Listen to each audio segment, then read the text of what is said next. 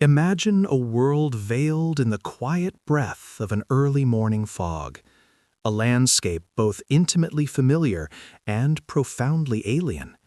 Here, the trees stand as silent, skeletal sentinels, and every sound is swallowed by the mist, distorted into something unrecognizable. It is in these hushed, uncertain hours that the first whispers begin to drift across the fields, seeping through the narrow lanes of a small, isolated village. These are not the whispers of wind through the branches, but of something foreign, something deeply unsettling, carried on the damp air.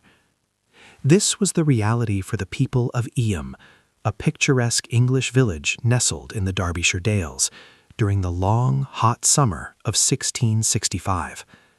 The beginning of the end arrived innocuously, disguised as commerce. It was a simple crate of cloth from London, delivered by a traveling merchant to the village tailor, a man named George Viccars. The fabric, rich and vibrant, was destined to become new garments for the hopeful. But as Viccars unfolded the bolts of cloth, he noted their unusual dampness. Thinking little of it, he hung the material near his hearth to dry, unknowingly releasing invisible stowaways into the air, fleas, carrying a pestilence that would rewrite the village's fate. Within days, Viccars was consumed by a violent illness. A fever raged through him, and his body erupted in the painful, swollen buboes that were the plague's signature. The villagers, long accustomed to the fevers and ailments of the seasons, initially hoped for a swift recovery, but his rapid, agonizing decline and subsequent death sent a tremor of pure fear through Eyam. The news spread like a contagion itself. Something was wrong, dreadfully wrong. As the mist clung to the thatched rooftops, more villagers began to fall ill. The symptoms were now unmistakable: the sudden chills, the burning fevers, the unspeakable pain. Each new case was a drumbeat of doom, echoing through the stone cottages and cobbled lanes. Panic began to curdle the air as families watched their loved ones, searching every flushed cheek for the first sign of the sickness. The village's isolation, once a source of peace, now became an ominous cage. Surrounded by rolling hills and dense woodlands, Eyam was cut off. News from the outside world was scarce, though rumors of a great plague ravaging London had reached them. It had all felt so distant, a horror belonging to someone else. Now the threat was inside their homes, having slipped past their defenses in the folds of imported cloth. Villagers gathered in hushed, fearful circles, their voices low as they debated the sickness. Was it a punishment from God, a curse laid upon them, or simply a terrible misfortune brought by an outsider? The local rector, William Mompesson, alongside his predecessor, Thomas Stanley, would soon be forced into a decision that would echo through history. But in these first uncertain days, there was only fear. The mist seemed to thicken with each passing week, blurring the line between safety and danger, between neighbor and threat. Every cough, every feverish child, every bolted door became a portent of doom. And yet, even as dread took root in their hearts, the people of Eyam clung to a fragile hope, unaware that their quiet village was about to become the stage for one of history's most extraordinary acts of collective sacrifice. This self-imposed prison, this village-turned-tomb, is a stark reminder of how any place can become a haunted threshold, a space caught between the world of the living and the memory of the dead. Step cautiously as we cross into these realms, where the echoes of the forgotten linger in the shadows, and every creak of the floorboards is a whisper from the past. A threshold, in folklore, is a liminal space. A doorway, a gate, an entryway. It is neither here nor there, a fragile membrane separating the known from the unknown. In places scarred by tragedy, these thresholds become focal points for what remains. Consider the infamous Eastern State Penitentiary in Philadelphia. Its heavy iron doors and decaying cell blocks were designed to enforce total isolation, to break the spirit. Today, its echoing hallways are said to trap the restless souls of former inmates. Visitors speak of sudden, icy drafts and disembodied voices that seem to emanate from the very entrances to the cell blocks, as if the spirits themselves hesitate to cross back into our world. Why do these echoes persist? Perhaps our minds are simply wired to find patterns in chaos, to interpret a flicker of shadow or a distant noise as something supernatural, especially when we are primed by stories of loss. But sometimes, history gives us reason to wonder. Journey to the Winchester Mystery House in California, a sprawling architectural fever dream.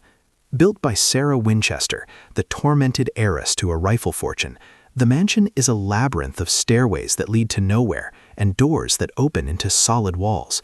Legend claims she designed her home as a maze to confuse the vengeful spirits of those killed by the very rifles that gave her wealth.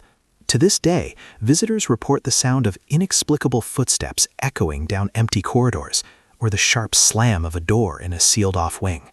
Are these mere tricks of a bizarre design, or the lingering echoes of a house built from grief and fear? Across the Atlantic, the Tower of London stands as a far older and more blood-soaked threshold. For nearly 1,000 years, it has been a stage for imprisonment, torture, and execution. The Queen's House, in particular, is said to be haunted by the sorrowful specter of Anne Boleyn. Guards on the night watch have reported seeing her ghostly figure gliding near the doorway where she awaited her fate, a final, terrible threshold between her life as a queen and her death as a traitor. But these stories are not confined to grand landmarks. Any home can become a haunted threshold, a place where the past refuses to stay buried. All across the world, tales persist of houses where clocks stop at the exact hour of a death, or where cold spots linger by the front door, a chilling reminder of a previous inhabitant who never truly left. Paranormal investigators often focus their equipment on these entryways, hoping to capture a disembodied voice on a digital recorder, a faint, static-laced whisper from just beyond the veil. But what if the most terrifying shadows are not those of the past, but those that move in the present? What if they are not echoes, but living things? As the sun dips below the horizon, casting long, distorted shadows across the land, it isn't just darkness that creeps in, it is a palpable dread. In this world, the villagers, once lively and social at dusk, now hurry indoors, their doors bolted with trembling hands. Something has changed. Something in the shadows has begun to speak. It began subtly, as these things often do, a flicker in the periphery, a shape that seemed to twist when you weren't looking directly at it. People dismissed it as tricks of the mind, their imaginations running wild in the twilight. But soon the whispers grew more insistent. There was the case of old man Ramas, the village storyteller. He swore that the shadows in his small cottage began to move of their own accord. Seated by his flickering oil lamp, he watched in disbelief as his own shadow stretched, bent, and then gestured, its dark finger pointing toward the door as if urging him to flee. At first, Ramas tried to laugh it off, but then a voice, dry as autumn leaves, echoed from the darkness. It was unmistakable, and it said, "You don't belong here." He was not alone. Children claimed to hear their names being called from the darkest corners of their rooms. The village dogs, once fearless guardians of the night, now whimpered and shied away from their own silhouettes. Farmers awoke to find strange, intricate symbols etched into the dust outside their homes, as if the shadows themselves had been busy in the night. The symbols matched ancient warnings from folklore, omens that foretold disaster. Panic began to spread like a fever. Sleep became a forgotten luxury, as every creak of a floorboard, every gust of wind, seemed to carry voices from the void. Families huddled together, their lamps burning through the long nights, but no amount of light could dispel the terror completely. The local priest performed rituals, his prayers swallowed by an oppressive silence. The shadows only grew bolder, stretching across the walls even in candlelight, forming grotesque shapes that mimicked the villagers' terrified movements in a silent, mocking dance. One chilling night, a group of villagers gathered in the square, their torches held high against the encroaching dark. As the flames flickered, a collective gasp swept through the crowd. On the ground, their shadows had begun to shift and merge, flowing together like ink on water. They formed the unmistakable outline of a tall, thin figure none of them recognized. It seemed to speak, not with a single voice, but with the cacophony of whispers they had all heard, a terrifying, unified message that promised, "We are always here." The terror was not just in what they saw, but in what they felt, a cold grip on the heart, a pressing weight in the air, the absolute certainty of being watched by something ancient and malevolent. The village, once a haven, now existed in a nightmare, where every shadow was a messenger of an unfolding, unspeakable horror. And yet, perhaps the most unsettling horrors are not those that lurk in the darkness of the world, but those that lie hidden in the darkness of the human soul. Imagine standing before a portrait, its painted eyes seeming to follow your every move. But this is no ordinary painting.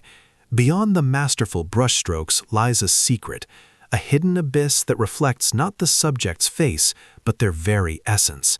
This is the enigma at the heart of the portrait's secret. In Oscar Wilde's chilling novel, The Picture of Dorian Gray, the portrait becomes a supernatural mirror.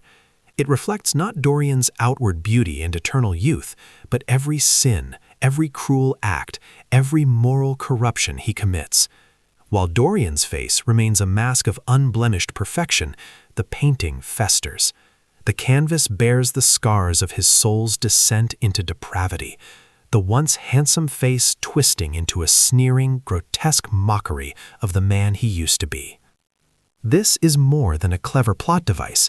It is a profound commentary on the duality of human nature. The portrait's secret is the abyss that exists within each of us, the capacity for both good and evil, for creation and for utter destruction. It poses a terrifying question. What if all our hidden thoughts and secret deeds were made visible for the world to see? Would any of us dare to gaze about our true selves? The portrait becomes a physical manifestation of guilt, a visual diary of every transgression. Each new brushstroke of decay records a lie told, a heart broken, a life ruined. Over time, the vibrant colors of the original painting are swallowed by sickly hues and monstrous distortions, as if the abyss itself is consuming the image from within.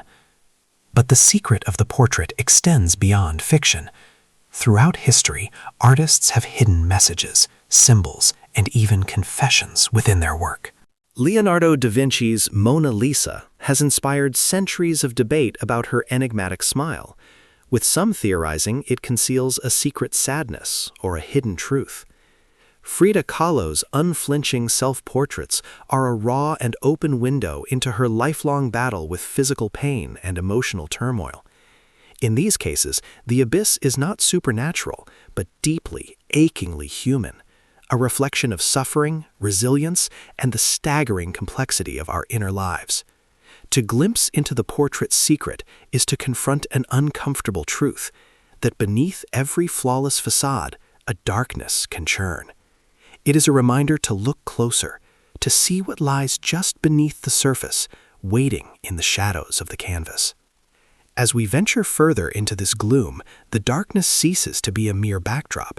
It becomes a veil, concealing truths that have long evaded our understanding.